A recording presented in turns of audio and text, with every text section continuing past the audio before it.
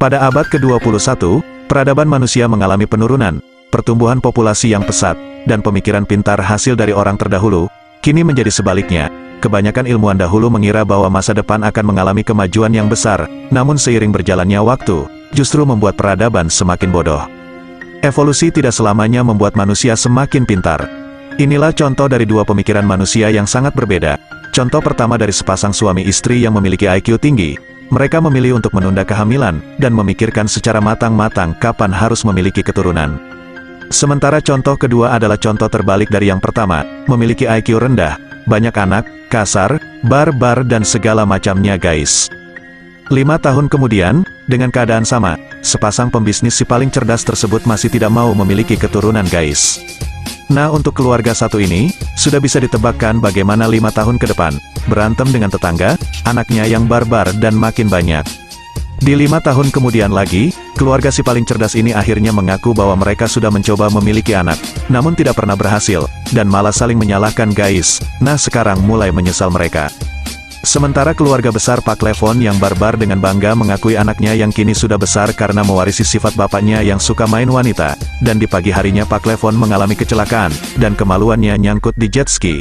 Untungnya beliau tidak apa-apa, emang orang barbar di luar nalar guys.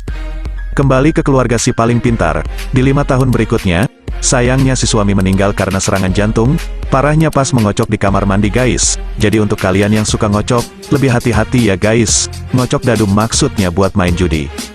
Dan begitulah kehidupan keluarga Pak Levon barbar yang kini makin memiliki banyak keturunan. Mungkin keluarga ini salah satu penyebab meledaknya populasi guys. Film dimulai pada tahun 2005 di markas besar militer. Pria yang bernama Joe memiliki tugas yang sangat penting di militer, yaitu nonton TV sambil rebahan, seperti kalian yang kerjanya cuma rebahan sambil scroll TikTok. Lanjut, Joe dapat berita bahwa posisi dia akan digantikan oleh orang lain yang memiliki pengalaman rebahan lebih santuy. Tidak terima kalau posisinya akan digantikan, karena menurutnya pekerjaannya sangat santuy, dan hanya menunggu 8 tahun lagi ia akan mendapat dana pensiun, yang pastinya dia akan menjadi salah satu kaum rebahan paling sukses seangkatan militer guys. Namun perintah dari atasan tidak bisa ditolak, mereka memilih Joe untuk melaksanakan tugas rahasia, yaitu eksperimen tidur hibernasi selama 1 tahun. Kenapa Joe yang dipilih? Karena Joe adalah kandidat dari militer yang memiliki kecerdasan paling rata-rata, dia tidak memiliki anak, dan juga orang tua. Jadi sekalipun proyek ini gagal, tidak akan ada yang sedih karena perginya Joe. Dan untuk satu kandidat lagi, mereka lebih memilih di sektor swasta atau warga sipil, yaitu Rita. Rita juga tidak memiliki keluarga, bekerja sebagai wanita malam, dan mau dibayar murah untuk eksperimen ini. Singkat cerita, mereka bertemu di lobi eksperimen menunggu untuk memulai percobaan. Joe dengan polos bertanya ke Rita apa pekerjaan Rita, dan jelas dengan malu, Rita malah menjawab kalau dia bekerja sebagai pelukis. Namun karena Joe adalah orang yang polos, dia terus-terusan bertanya ke Rita, yang malah membuatnya tidak nyaman. Eksperimen dimulai, mereka dikunci dalam peti dan siap dibuka 1 tahun kemudian. Namun hal konyol justru terjadi, petugas yang harusnya tanggung jawab dengan proyek ini malah dipenjara karena kasus prostitusi. Karena petugas tersebut dipenjara, proyek hibernasi pun kini telah dilupakan oleh pihak militer, karena tidak ada yang mau menanggung jawab, dan peti Joe dan Rita terkubur oleh reruntuhan bangunan yang akan dibangun bangunan baru dan dijadikan tempat usaha. Nasib buruk mulai menimpa sumber daya manusia. Manusia semakin lama semakin tolol guys. Di masa depan, para ilmuwan malah meneliti hal tidak penting, yaitu bagaimana cara merontokkan rambut monyet dan memperpanjang si joninya monyet. Emang tolol lah ilmuwan masa depan ini. Populasi makin meledak, dan IQ rata-rata manusia semakin menurun, hingga mereka tidak tahu cara mengatasi sampah yang menumpuk, dan dibiarkan menumpuk begitu saja guys. Singkat cerita, peti Joe terjatuh dari tumpukan sampah dan masuk ke apartemen seseorang yang sedang nonton TV. Acara TV-nya absurd banget guys.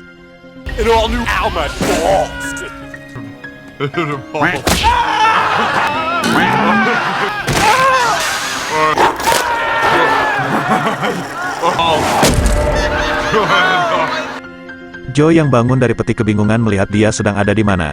Dia diusir keluar dan malah bingung lagi melihat bangunan dan penduduk yang aneh di sekitarnya. Joe mencoba bertanya ke seseorang namun malah diusir karena cara ngomong Joe yang normal justru dianggap aneh oleh warga setempat. Kasihan si Joe. Joe pun pergi ke rumah sakit, dengan pemandangan tidak biasa di dalam sana. Pelayan rumah sakit pun hanya diberi fasilitas tombol yang bergambar, sesuai dengan keluhan pasiennya, dan tugas dia hanya menekan tombol bergambar, setelahnya mesin yang berbicara. Di masa depan, air putih hanya untuk menyiram EEK, sedangkan air minum mereka menggunakan air yang tidak murni sehingga berwarna hijau guys. Kini waktunya Joe check up. Joe diberi 3 alat semacam selang. Satu di mulut, satu di telinga, dan satu ini yang agak lain guys, dimasukkan ke lubang pantat dong. Dan yang paling parah, si petugas selalu lupa mana selang untuk mulut dan yang mana untuk pantat. Itu kalau bekas pantat orang lain masuk ke mulut Joe. Kan gak lucu guys, hahaha. Dan seterusnya ke pasien berikutnya. Emang manusia-manusia ini di luar nalar semua. Saat Joe menunggu dokter, dia heran melihat majalah yang rilis tahun 2505. Dan tak lama Joe mengetahui benar bahwa dia sedang berada di tahun 2505. Joe pun dilaporkan polisi karena dia belum terdaftar dengan cara mentato tangannya. Jadi ibarat Joe masih belum memiliki identitas layaknya KTP. Joe pun lantas kabur karena telah dilaporkan ke polisi. Di perjalanannya kabur, Joe malah nonton bioskop yang isi filmnya hanya menampilkan pantat selama 90 menit lebih, dan lebih membagongkan lagi film tersebut menempati film terbaik dan memenangkan 8 penghargaan Oscar. Hadeh, humor di masa depan ternyata gak ngotak guys. Lanjut, Joe di tengah jalan akhirnya ditangkap polisi. Joe berusaha menjelaskan yang terjadi, tapi polisi tidak mau tahu dan malah menyemprot mata Joe. Joe ditangkap polisi karena dianggap tidak bayar biaya rumah sakit, dan belum memiliki identitas. Dan dalam persidangan Joe didampingkan dengan pengacara. Pengacara tersebut adalah orang yang pertama kali Joe lihat saat dia keluar dari peti hibernasi bernama Frito. Lanjut, sidang pun berjalan, Joe langsung saja dituntut bersalah, hanya karena dia berpenampilan aneh, dan yang lebih membagongkan lagi, Frito malah menuntut Joe karena dia dianggap merusak apartemen dan mengganggu dia menonton acara absurd di luar nalar. Di sisi lain, Rita yang terbiasa bekerja sebagai wanita malam, bisa sangat mudah mencari uang berkat pengalaman kerjanya. Akhirnya Joe dipaksa untuk membuat identitasnya. Berkat teknologi konyol robot pada zaman itu, nama Joe justru tercetak sebagai Notsur. Dan kini saatnya Joe untuk menjalani tes IQ untuk mengukur kecerdasan Joe. Jelas dong Joe bisa menyelesaikan tesnya karena tes yang diberikan semacam tes untuk anak kecil. Setelah Joe memiliki identitas, kini Joe akan dimasukkan ke penjara. Namun karena penjaganya yang tolol, Joe dengan sangat mudah mengelabuhi mereka, dan Joe akhirnya kabur. Joe kembali ke apartemen tempat petinya tersimpan dan bertemu si pengacara yang tadi. Joe berusaha menjelaskan bahwa dia dari masa lalu, dan bertanya apakah ada peti mesin waktu di zaman sekarang. Si pengacara mengatakan ada mesin waktu, dan Joe akhirnya bisa membujuk dia agar diantar ke tempat mesin waktu tersebut. Mereka pun kabur dan berhasil bertemu Rita, dan segera dia dipaksa masuk ke mobil, sekaligus menjelaskan bahwa dia sedang berada di tahun 2505. Polisi mematikan paksa baterai mobil dan langsung menembaki mobil tersebut, dan mereka pun kabur dari sana.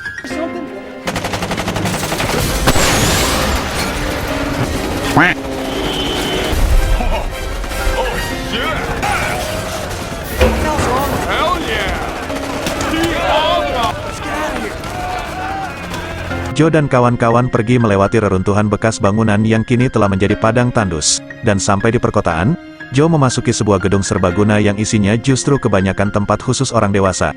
Emang orang masa depan isi otaknya selangkangan mulu guys. Karena si Frito yang cuma bahas masalah selangkangan mulu, Joe malah ketangkep polisi lagi, dan lagi-lagi dia disemprot cairan kematian lagi guys. Ternyata selama ini Joe diburu polisi untuk dibawa ke kediaman presiden. Karena hasil tes IQ-nya menandakan bahwa dia adalah manusia terpintar di seluruh dunia guys. Padahal dia cuma diberi tes seperti pertanyaan anak SD guys, dan si presiden ingin langsung menjadikannya menteri dalam negeri. Namun Joe menolak karena dia merasa hanya mengerjakan tes yang sangat mudah. Si presiden pun muncul, dan tahukah kamu, dia dipilih jadi presiden karena dia juara bertahan Smackdown sekaligus bintang film dewasa. Udah gitu doang bisa jadi presiden guys, bahkan untuk tampil di depan rakyatnya, dia bergaya seperti pemain Smackdown guys. Ladies and gentlemen.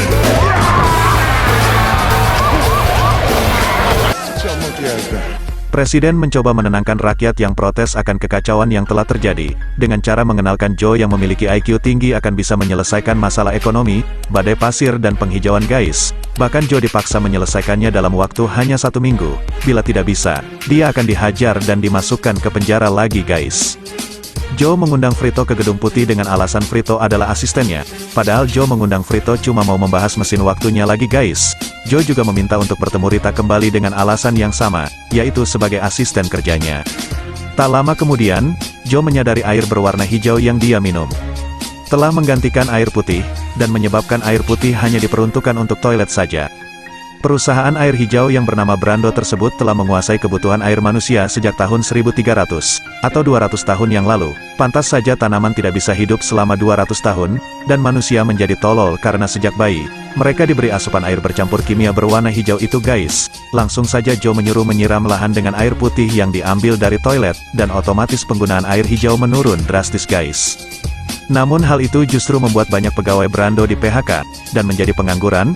Sontak menyebabkan mantan pegawai tersebut protes ke Joe yang menyebabkan mereka jadi pengangguran guys. Joe pun dilaporkan lagi ke pengadilan karena dia menyebabkan banyak pengangguran guys. Dan kini saatnya pertunjukan eksekusi Joe dilakukan. Joe dihadapkan dengan 2 truk monster, sedangkan Joe hanya diberi mobil tua.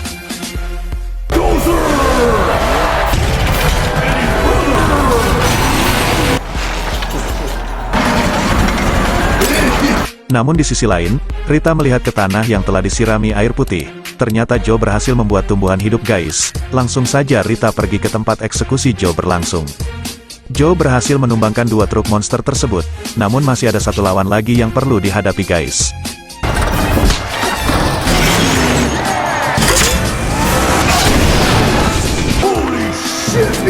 Rita tak bisa tinggal diam. Dia berusaha menunjukkan bahwa usaha Joe berhasil. Rita menyuap kameramen untuk merekam hasil tanaman Joe. Namun tololnya si kameramen dan Frito malah tergiur dengan tempat hiburan malam, dan entah kenapa mereka malah adu jotos, yang membuat kamera terlempar ke arah tanaman guys. Langsung saja si presiden menghentikan eksekusi Joe, dan presiden merayakan keberhasilan Joe. Joe dilantik menjadi wakil presiden, dan dia memilih untuk tinggal di masa kini, membantu mengatasi ketololan manusia dan melupakan kembali ke kehidupan lamanya. Seiring berjalannya waktu, Joe yang jadi wakil presiden, kini dilantik menjadi presiden, dan menikah dengan Rita. Joe dan Rita yang memiliki IQ paling tinggi di masa itu kini memiliki 3 anak paling cerdas di dunia. Tamat.